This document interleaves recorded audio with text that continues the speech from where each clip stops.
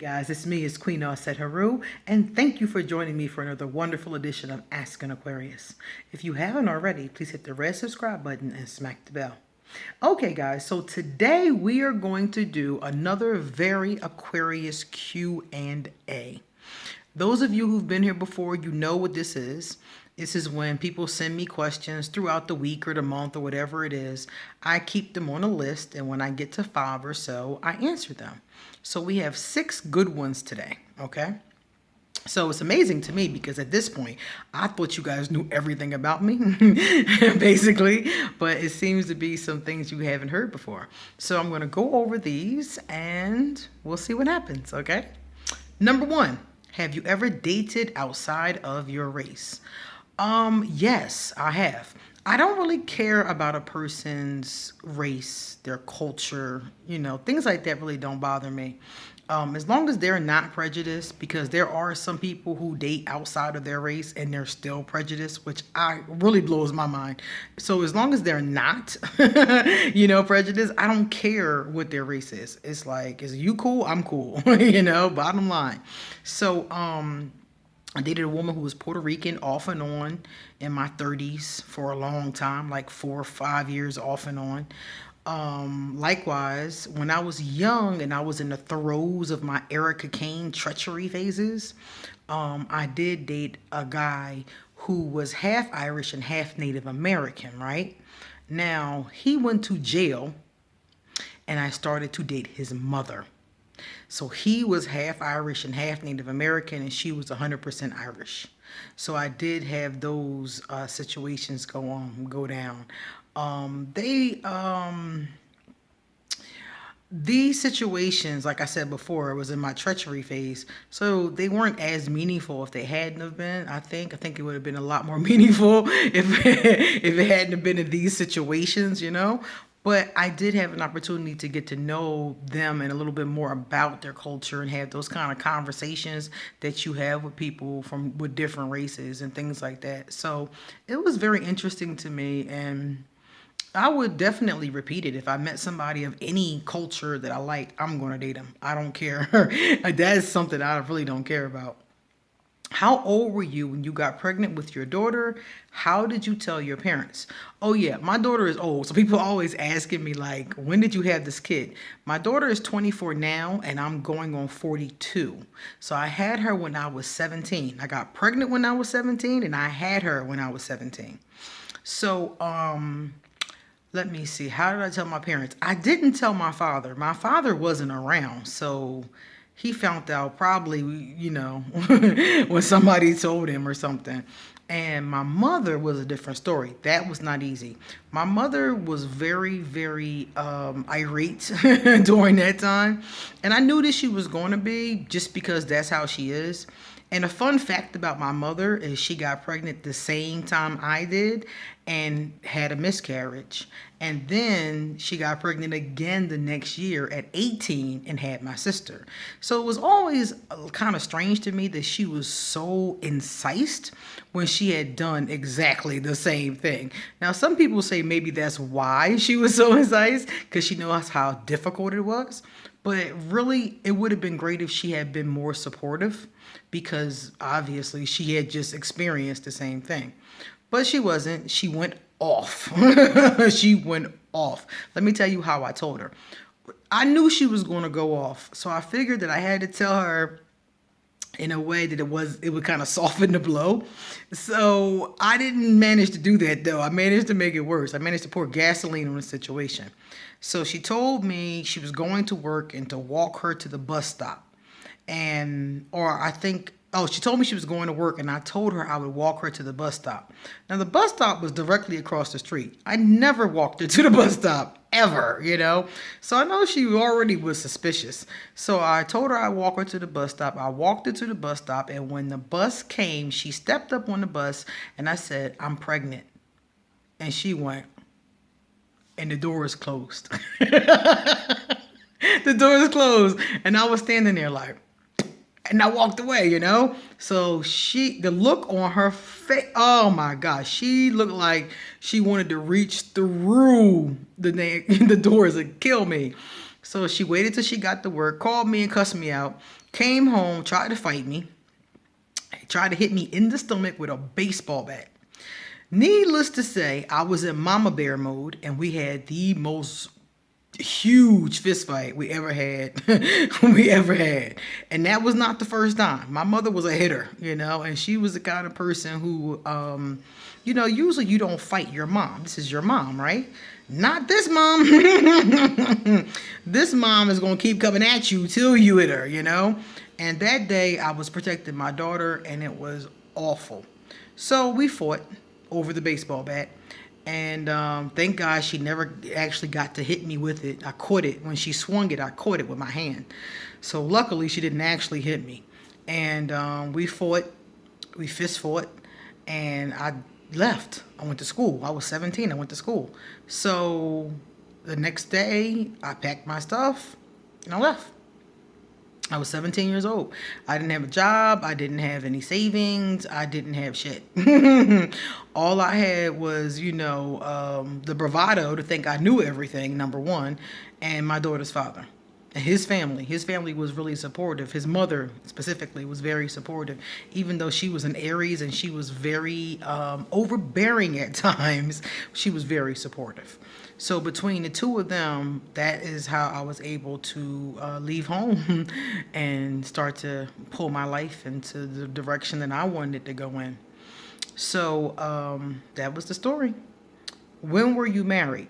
Okay, so I left home at 17, had the baby at 17, got married at 18. At 18, I married my daughter's father in Maryland, some little town. I forgot what it's even called. It wasn't Baltimore. It was a little town. Elkton, I think it's called. And we got married, and it was a horrible idea because neither one of us was ready for a marriage. But I had an idea in my mind that I should marry the man whose kid I had, That's what I was always taught, So I thought that made sense. So I married him, and nah. He was a Capricorn, and it was awful. It was an awful, awful, awful, awful marriage. I mean, awful. So I ended up leaving it. I think I was like 22, but I had met him when I was 15. So I was with him altogether from 15 to 21. And by the time I was 21, going on 22, I moved. I got my own apartment, not far from him, and I moved out. So yeah, that was my little short marriage. That one little cameo. That's all you're getting. You might get another one, but that's all you got so far.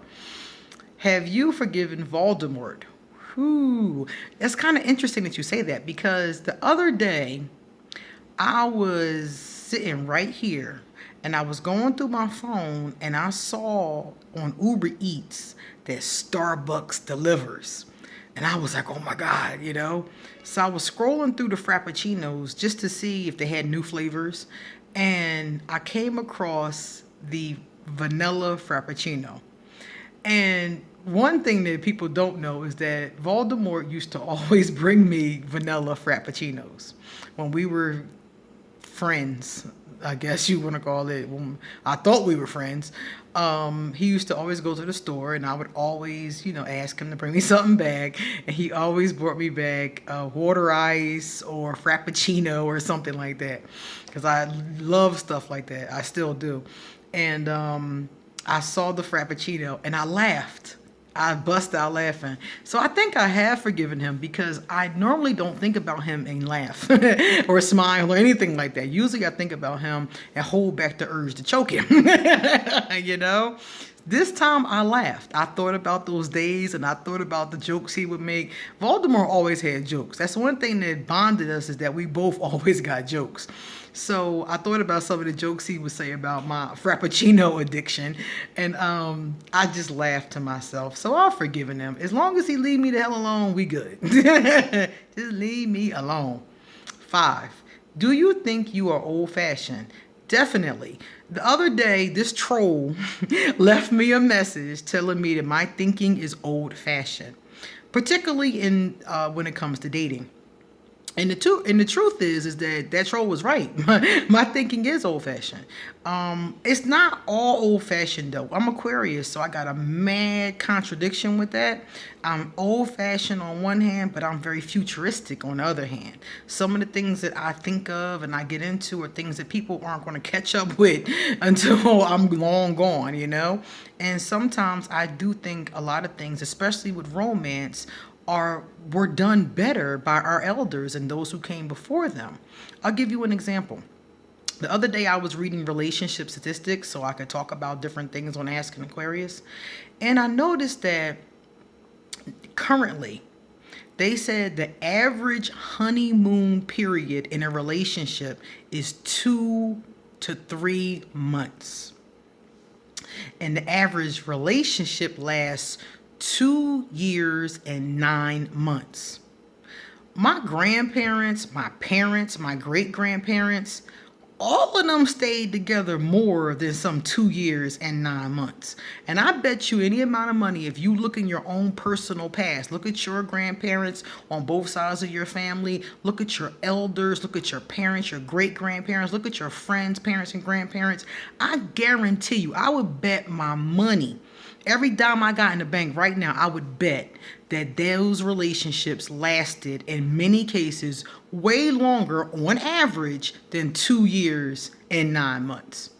My grandparents were together for a long time. They had 15 kids, 13 that survived and 15 that were actually born. Two of them were born, I think, stillborn.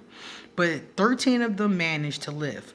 My grandparents were together living in the same house for all the years that they were making them babies. And the youngest was 18 before they passed over. And they died around the same time. And they never broke up. And I think about my grandparents on my father's side. Till death did them part. He died and, she moved on and never married again. So when I think about our grandparents, my parents, parents before them, these relationships lasted a whole lot longer than 2 years and 9 months. And I believe in my personal theory, my old-fashioned theory, if that's what you want to call it, that it's because we have a hookup culture and we do a lot of things that are not conducive to having longevity in a relationship. And one of those things is how we court each other, how we get together in the first place.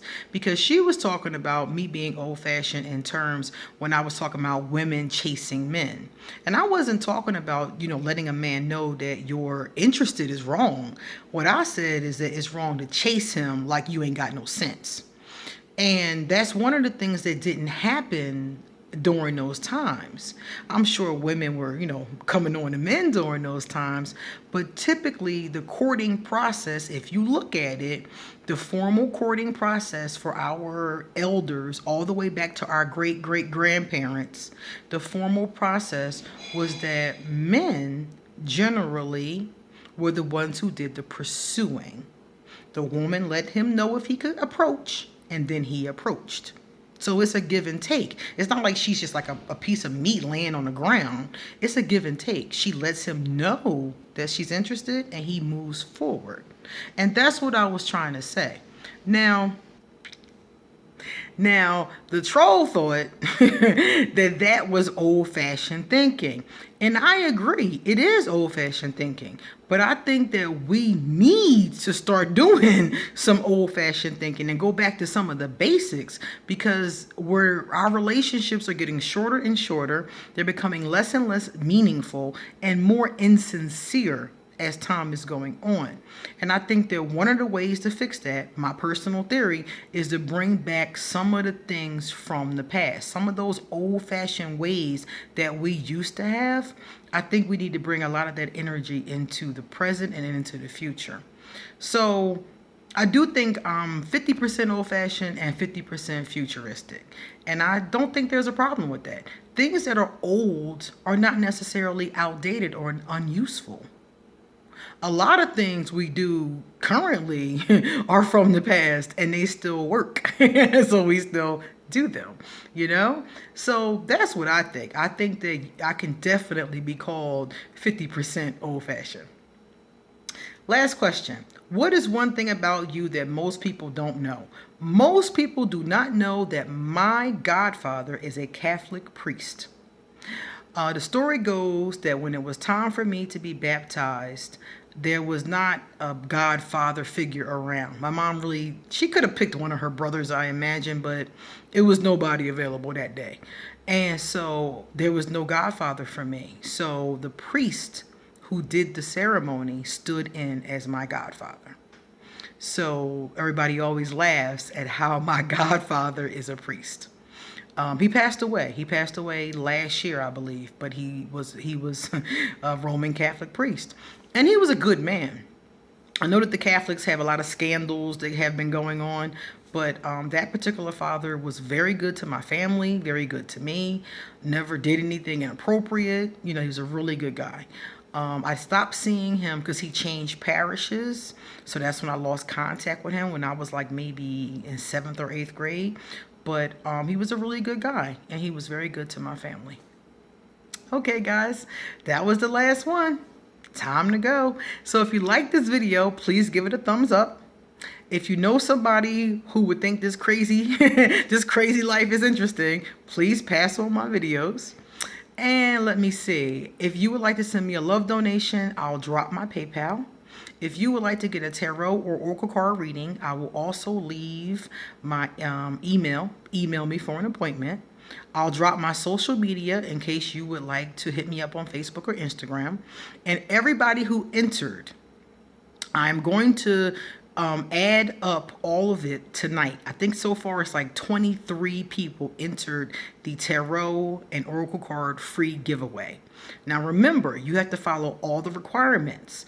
Tonight I'm going to go put all the names into a hat, and I'm going to use your name on Instagram when I do the announcement tomorrow, which is Tuesday.